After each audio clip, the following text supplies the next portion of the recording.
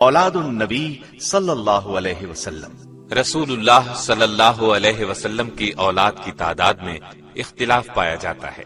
متفقن علیہ روایت کا خلاصہ یہ ہے کہ آپ کی اولاد کی تعداد 6 ہے۔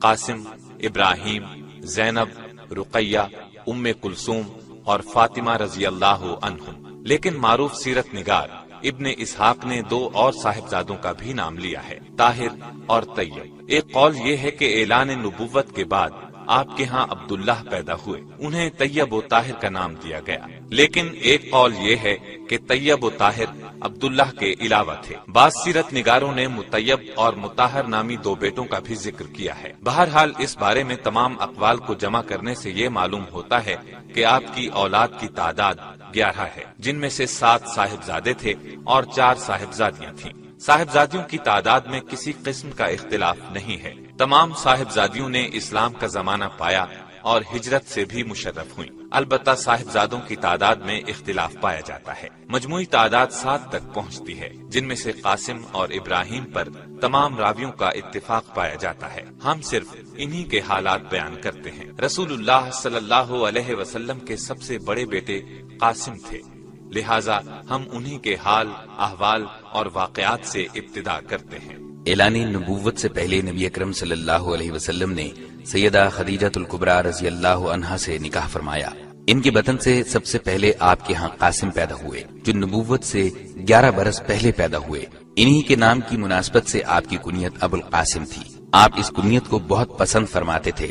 صحابہ کرام رضی اللہ عنہم بھی عموماً آپ کو ابو القاسم ہی کہتے۔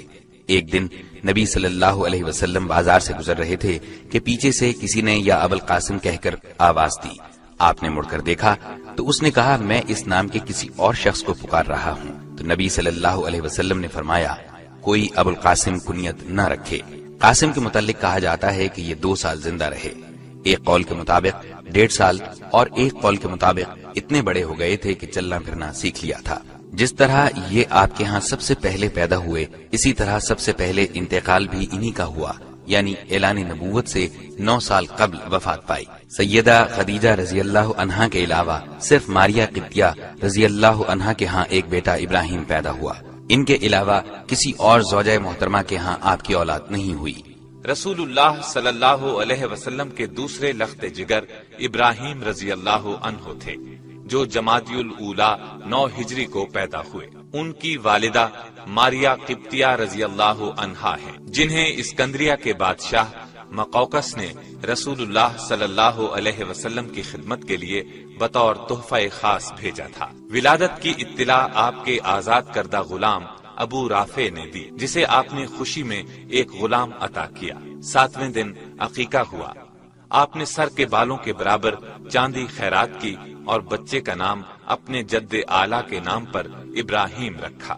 دودھ پلانے کے لیے تمام انصار نے خواہش ظاہر کی، لیکن آپ نے ام سیف کے حوالے کیا اور اس کے معاوضے میں کھجور کے چند درخت دیے۔ ام سیف مدینے سے کچھ فاصلے پر رہتی تھیں۔ رسول اللہ صلی اللہ علیہ وسلم فرط محبت سے وہاں جاتے، ابراہیم کو گود میں لیتے، چومتے اور پیار کرتے۔ ام سیف کے خاوند لوہار تھے، اس لیے گھر دھوئیں سے بھرا رہتا تھا، لیکن آپ باوجود نظافت طبع گوارا فرماتے۔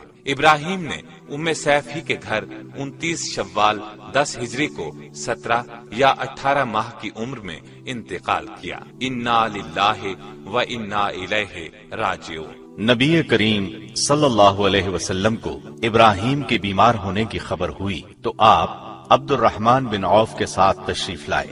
نزع کی حالت تھی، گود میں اٹھا لیا، آنکھوں سے آنسو جاری ہو گئے۔ عبد الرحمن بن عوف نے کہا، یا رسول اللہ صلی اللہ علیہ وسلم، آپ کی یہ حالت؟ آپ نے فرمایا، یہ رحمت ہے۔ رسول اللہ صلی اللہ علیہ وسلم کو اپنے لخت جگر ابراہیم کی وفات کا بہت صدمہ پہنچا۔ اس موقع پر آپ نے بھیگی آنکھوں کے ساتھ فرمایا، آنکھوں میں آنسو ہیں اور دل میں غم ہے، اس کے باوجود ہم زبان سے وہی کلمات ادا کریں گے جن سے ہمارا رب راضی ہو۔ نیز آپ نے فرمایا، بے شک ابراہیم کے لیے جنت میں 2 دودھ پلانے والیاں ہیں جو اس کی رضاعت مکمل کریں گی۔ اہل عرب کا خیال تھا کہ جب کوئی بڑا شخص مر جاتا ہے تو سورج اور چاند میں گہن لگ جاتا ہے، اتفاق سے جس روز ابراہیم رضی اللہ عنہ نے وفات پائی، سورج میں گہن لگ گیا۔ لوگوں میں مشہور ہو گیا کہ